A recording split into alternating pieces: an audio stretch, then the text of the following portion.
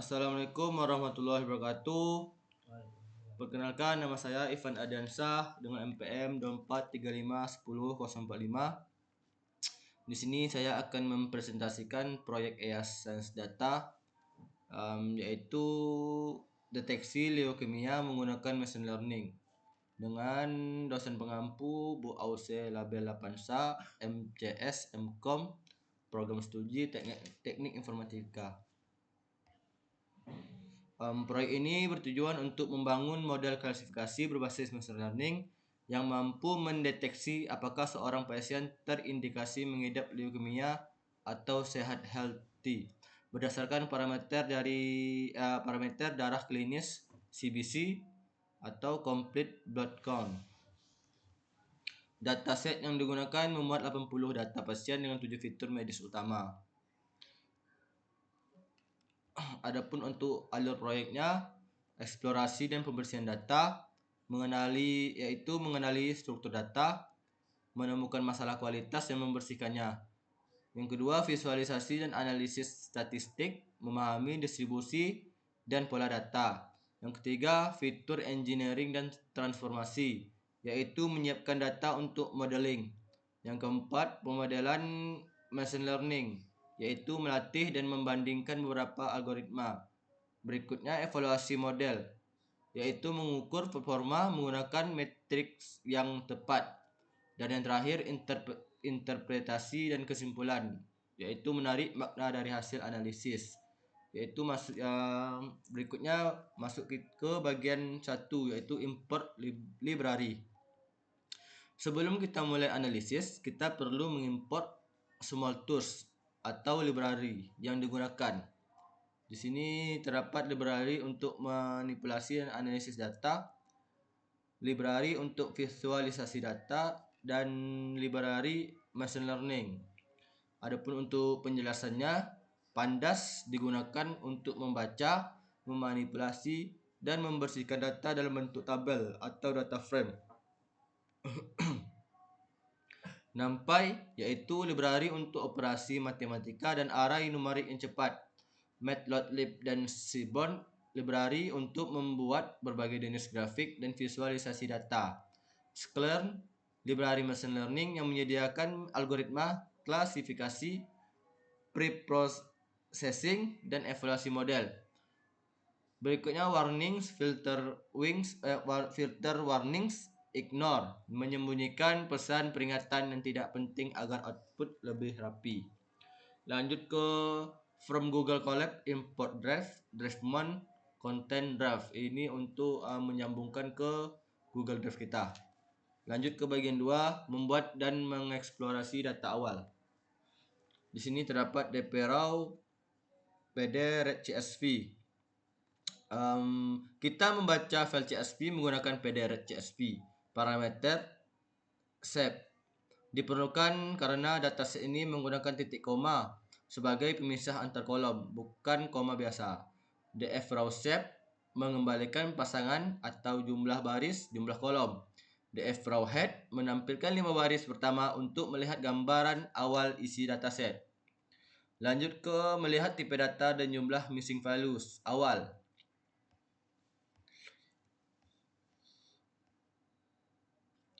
Untuk penjelasannya di sini di typeface itu menampilkan tipe data setiap kolom HGB dan MCV terdapat sebagai tipe objek atau teks. Sedangkan is0 sum itu menghitung beberapa sel yang kosong di setiap kolom. Kolom HGB mengandung nilai, tanda tanya, dan missing data, bukan angka. Kolom MCV mengandung nilai none, teks, dan unknown.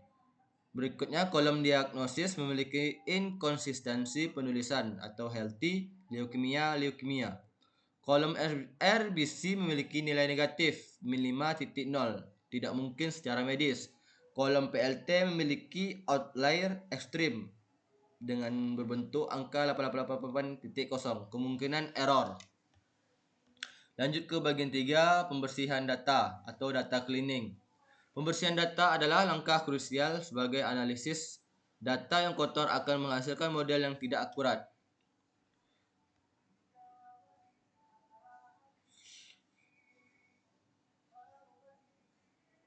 Untuk contoh outputnya di sini terdapat dataset bersihnya, ringkasan akhir, jumlah barisnya terdapat 80, jumlah kolom 8, sedangkan untuk missing values-nya 0. Untuk penjelasan codingnya itu conversi tipe data, PD to numeric, call errors, course itu mengubah kolom teks menjadi angka. Nilai yang tidak bisa dikonversi seperti tanda tanya atau missing data dan otomatis menjadi none. Standarisasi label. Karena Python bersifat case sensitif, healthy dan healthy dianggap berbeda. Kita satukan formatnya menggunakan strlower lalu replace. Yang ketiga, penanganan outlier medis.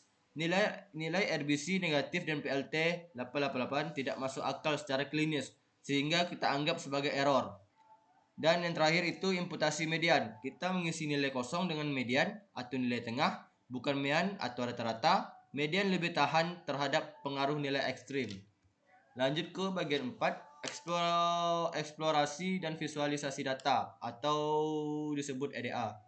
Exploratory Data Analysis atau EDA membantu kita memahami karakteristik data sebelum membuat model. Adapun untuk penjelasan dari EDA dan atau eksplorasi visual ini, penjelasannya describe itu memberikan ringkasan statistik untuk setiap kolom numerik. Con itu jumlah data valid, mean rata-rata, std itu standar, deviasi atau sebaran data, min max itu nilai minimum dan maksimum. Lanjut ke visualisasi distribusi kelas target. Dari codingan distribusi kelas target ini terdapat outputnya ini jumlah pasien per diagnosisnya dan proporsi kelas. Di sini yang hijau ini yang healthy-nya berjumlah 40, sedangkan leukemia 40.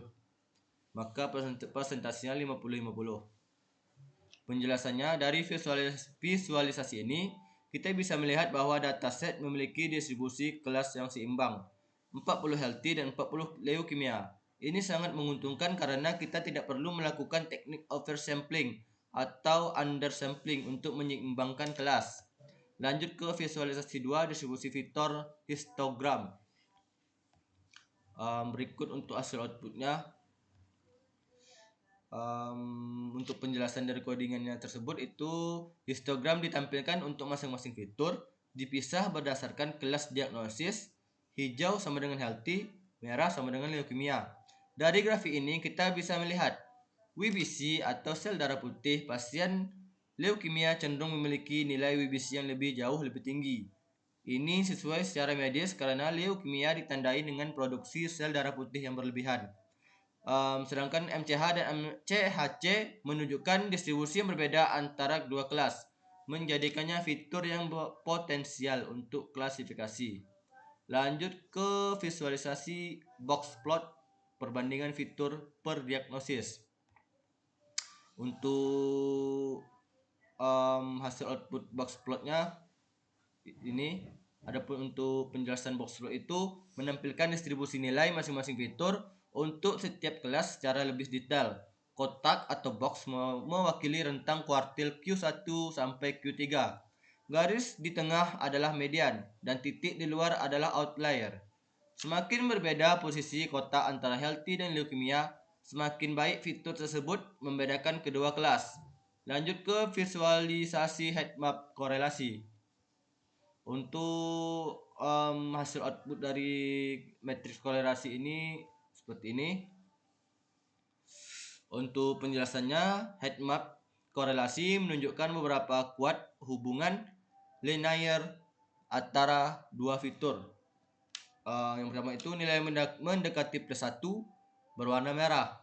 Korelasi positif kuat jika satu naik, yang lain naik. Sedangkan yang kedua, nilai mendekati -1 warna biru. Korelasi negatif kuat jika satu naik, yang lain turun. Yang terakhir, nilai mendekati 0, tidak ada hubungan linear. Lanjut ke bagian 5, fitur engineering dan transformasi data. Fitur engineering adalah proses membuat atau mentransformasi fitur untuk meningkatkan kualitas input model.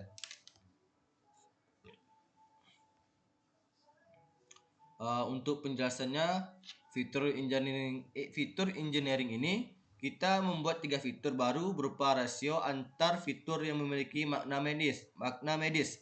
Fitur rasio bisa menangkap pola yang tidak terlihat dari fitur individual. WBC PLT rasio. Pasien leukemia cenderung memiliki WBC tinggi dan PLT rendah, sehingga rasio ini bisa sangat informatif. Label encoding. Kolom diagnosis yang berisi teks healthy leukemia diubah menjadi angka 0,1 menggunakan label encoder. Machine learning membutuhkan input berupa angka.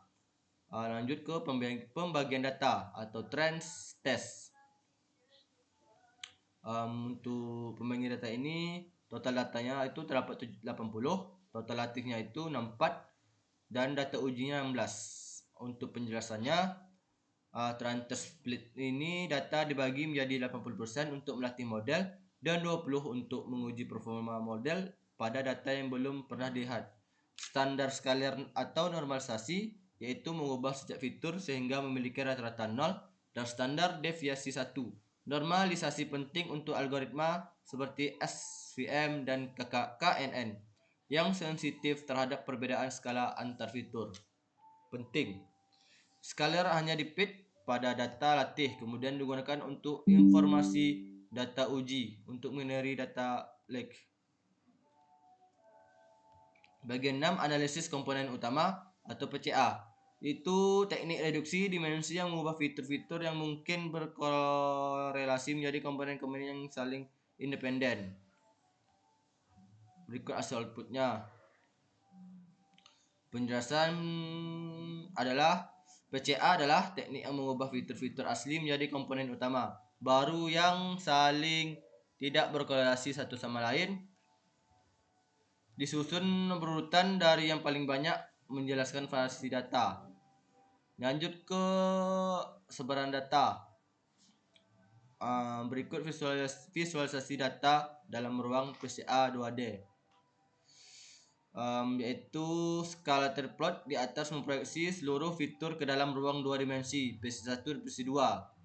Jika kedua kelas terlihat terpisah dan dengan jelas dalam 2 dimensi ini, artinya data memiliki separabilitas yang baik dan model machine learning yang akan mudah dibelajar. Lanjut ke pemodeling machine learning. Kita akan melatih dan membandingkan 3 algoritma klasifikasi yang berbeda untuk menemukan model terbaik.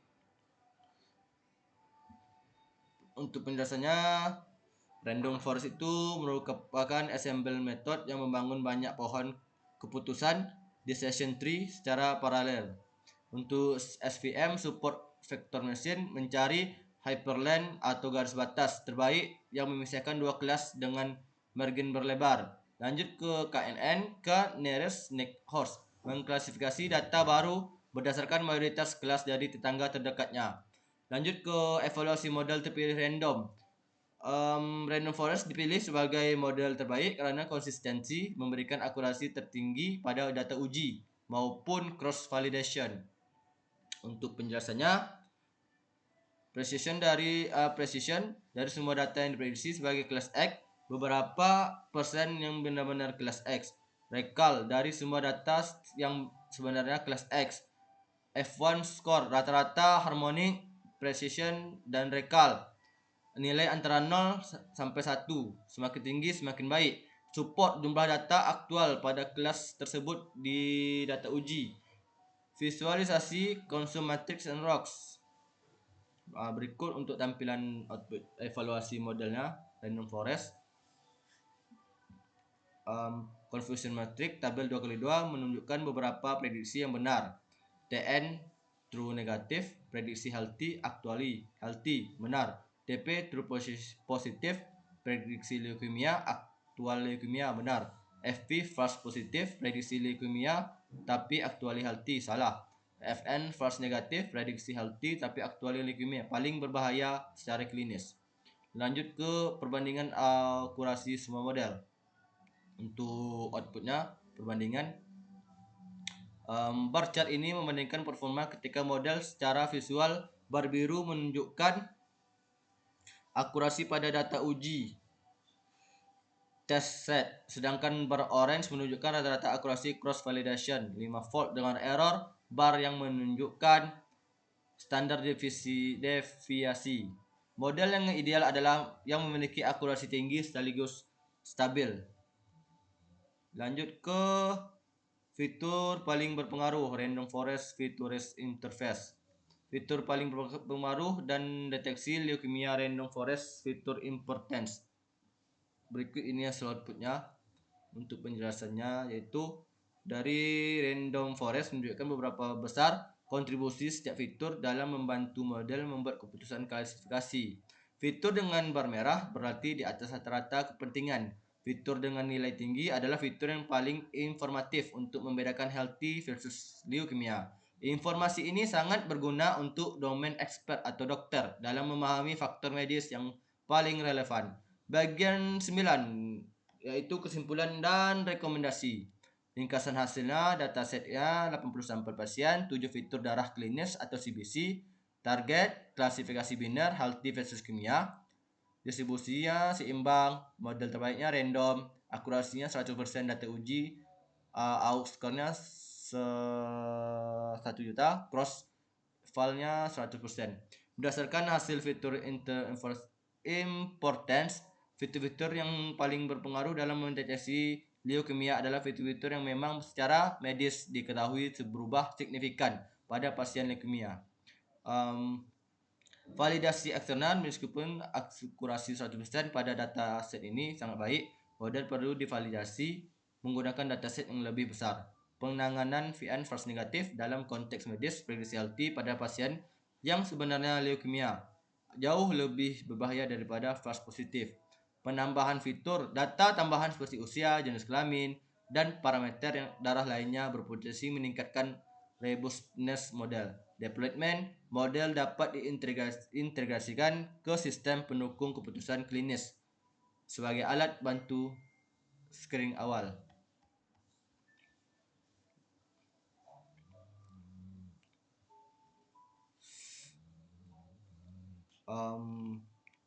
Baiklah, mungkin hanya itu yang bisa saya jelaskan dari project UAS kali ini. Lebih dan kurang saya mohon maaf. Saya akhiri. Assalamualaikum warahmatullahi wabarakatuh.